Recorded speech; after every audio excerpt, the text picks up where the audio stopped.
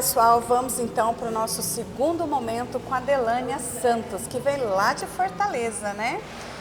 E para o mundo, né, Delânia? Isso, para o mundo. E hoje para o mundo, importante. Né? Delânia, dentro dos maiores, o que você acha que são hoje os maiores erros que acontece dentro de uma instituição e que isso vai impactar diretamente na sua missão, né? Olha, abrangente demais, mas assim, eu posso... Os principais. Pronto, vamos lá. Os mais sérios, digamos assim. Pronto, planejamento de papel. O que é que eu quero dizer com planejamento de papel? É lógico que às vezes para captar recursos, né, a instituição ela precisa apresentar um planejamento, suas metas e muitas vezes quando eu estou aí nessas instituições, eu percebo que aquele planejamento quando ele é realinhado, ou seja, reavaliado, pouca coisa aconteceu.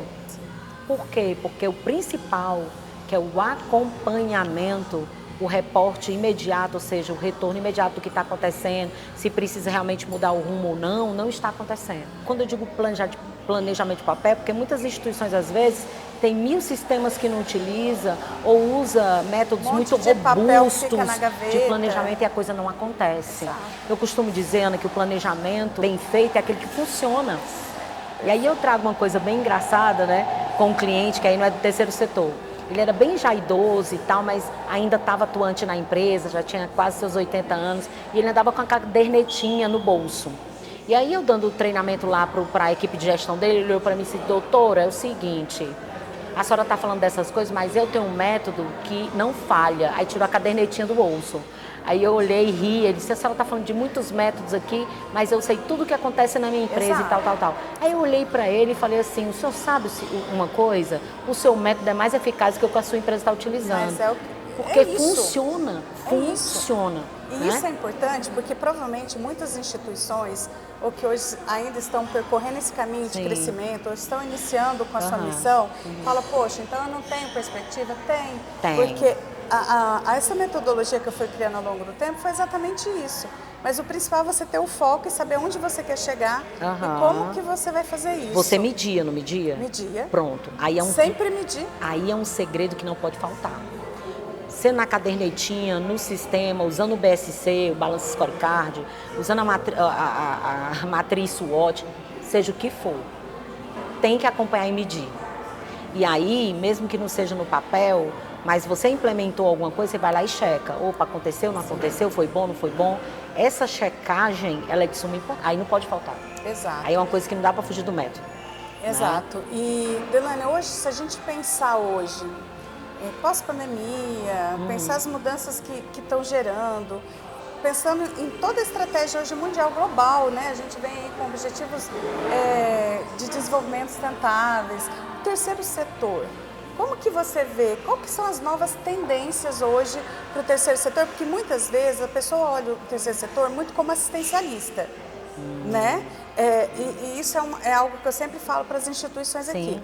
A gente é uma empresa. Porque eu preciso pagar as contas, pagar imposto.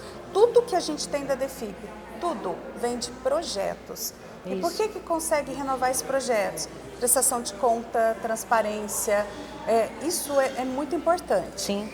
E cada vez mais eu tenho observado esse fortalecimento do terceiro setor. Porque, na verdade, a gente consegue fazer um trabalho que o governo não tem braço para fazer. Sim, perfeito. Não é? Sim. Então a gente supra essa necessidade que a sociedade tem, mas que ou falta políticas públicas, ou elas existem, mas não tem braços para serem executados. Sim. Então a gente vê um crescimento no terceiro setor, o que deve ser buscado ainda mais esse profissionalismo. Claro. Quais são as tendências? O que você traz de tendências para nós? Você usou uma palavra aí no final da sua fala, profissionalização. É uma tendência que só tende a se aprofundar. É um caminho sem volta. Então, profissionalização das pessoas, dos processos, das prestações de contas e principalmente dos indicadores. Hoje, só o quanti não resolve. O quali tem que estar ali colado. Ou seja, o número de atendimentos é tão importante, mas a evolução daquela pessoa que está sendo atendida e que está se utilizando daquele serviço, dessa empresa do terceiro setor, é muito mais, porque também não adianta eu estar atendendo. Às vezes você faz 100 atendimentos e não atingiu nenhum objetivo. Não, aí não dá. E aí realmente isso compromete a credibilidade da instituição, né? Outra tendência, Ana, é cada vez mais o rigor nos processos seletivos. Era muito comum a gente encontrar nas empresas do terceiro setor aquela coisa do indica. Do QI, né? Do quem indica. O quem indica é importante, ok. Sim. Mas essa pessoa precisa passar por um processo muito organizado de avaliação técnica e comportamental. Porque muitas vezes, quando a pessoa tem um comportamento favorável, ela é capaz de aprender qualquer coisa. Mas se a pessoa é muito boa tecnicamente, mas tem um comportamento péssimo, ela acaba com a saúde mental no ambiente de trabalho, fica uma pessoa de difícil convivência. Então, ter um processo muito rigoroso de recrutamento e seleção é de extrema importância e de integração desse profissional. Eu não posso pegar esse profissional e jogar dentro do setor no qual ele vai fazer parte e dizer assim, ó, tu cola no fulano e fala, não. Então eu tenho que ter essa organização também. O que é que esse profissional precisa saber sobre a instituição, sobre o propósito, do impacto que esse propósito gera na sociedade, por que existimos, qual a história da instituição e qual é o papel dele para dar continuidade a isso. Então isso também é de suma importância. E uma outra coisa, Ana, que me chamou a atenção ainda, eu vou me aprofundar, tá? Então eu vou falar muito levemente aqui, que é uma tendência, é olhar para o indivíduo.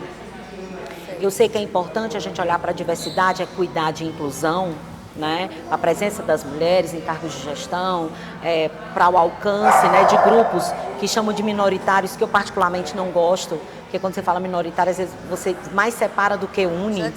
Já desmerece, mas enfim, é um termo técnico que se utiliza, né? Então, cada vez mais as pessoas estão começando a debater sobre esse assunto. E eu vi um podcast recente, onde a jornalista estava falando que algumas empresas americanas já estão falando em outra sigla aí surgindo, que é a MEI, ou seja, meritocracia, excelência e inteligência. Ou seja, olhar esses 3 pontos nesse indivíduo, apostar nisso, lógico. Continuo dizendo, a diversidade, a equidade e a inclusão é importante, mas às vezes você foca tanto nisso que você esquece que esse indivíduo tem que dar um retorno para a sociedade.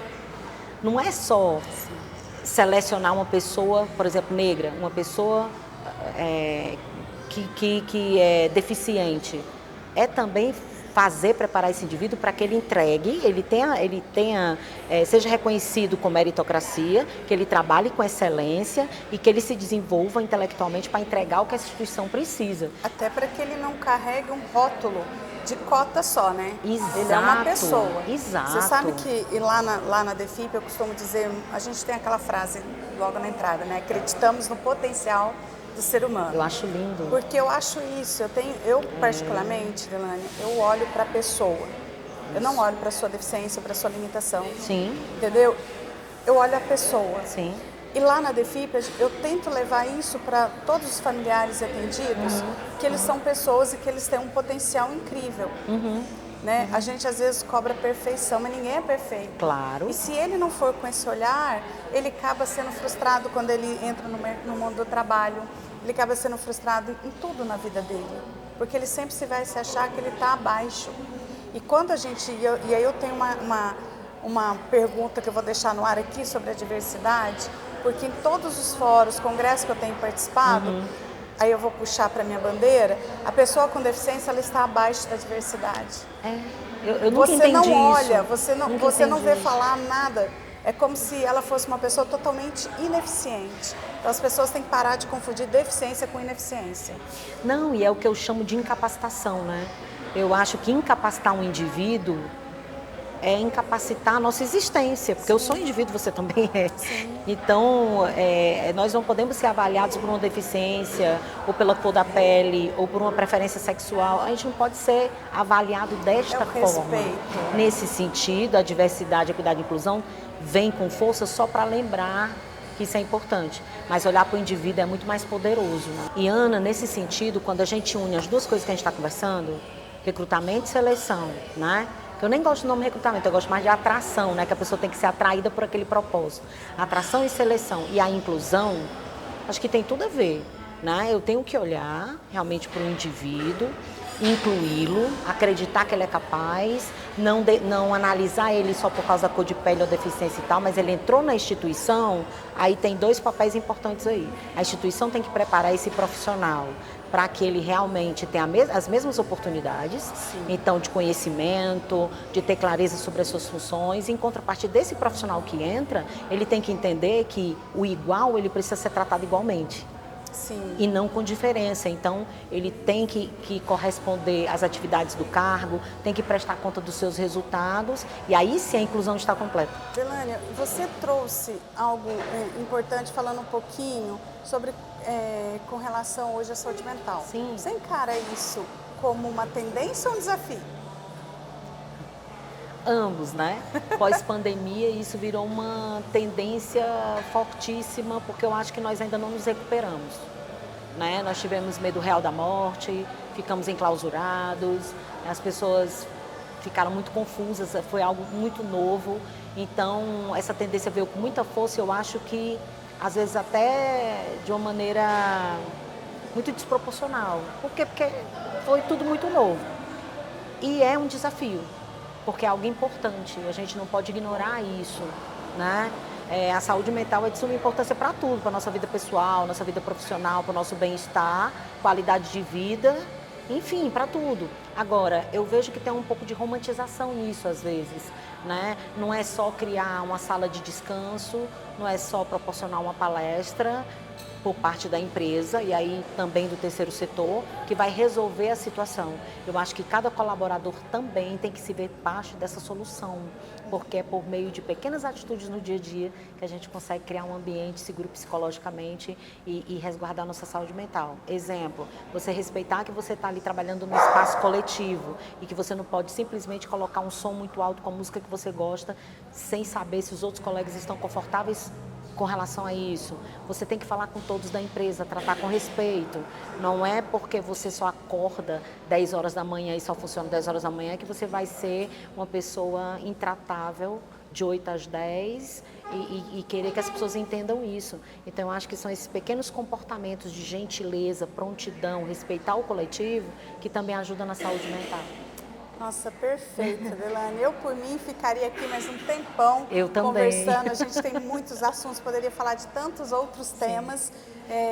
Mas muito obrigada, queria te agradecer, foi um prazer ter você aqui no nosso programa da TV ADEFIP. Sem dúvida, é um programa que vai ajudar não só as instituições sem fins lucrativos, não só as ONGs, o terceiro setor, mas vai ajudar qualquer pessoa que se comunica, que trabalha, né, que seja ela empresário, ou seja ela um funcionário, um colaborador, né? Então, muito obrigada. Olha, gratidão por ter você aqui com a gente. Idem, Ana, gratidão toda minha. Você sabe quanto eu te admiro. Admiro o trabalho que você realiza na ADEFIP. A ADEFIP. E visitar a ADEFIP a primeira vez mudou minha vida, você sabe disso. Né? Eu comecei a perceber o quão diversos são os problemas que a gente tem na vida. E às vezes a gente se fecha só no nosso problema. Né? E o quanto é importante a gente ajudar o próximo e se ver como parte da solução para transformar a sociedade, né? Para potencializar realmente tudo que o indivíduo tem para entregar. Então, eu que agradeço e todas as vezes que você precisar é só chamar. Obrigada. A TV ADEFIP fica por aqui e nós estaremos no ar ao sábado às 19 horas e reprise no domingo às 9 da manhã. Espero vocês.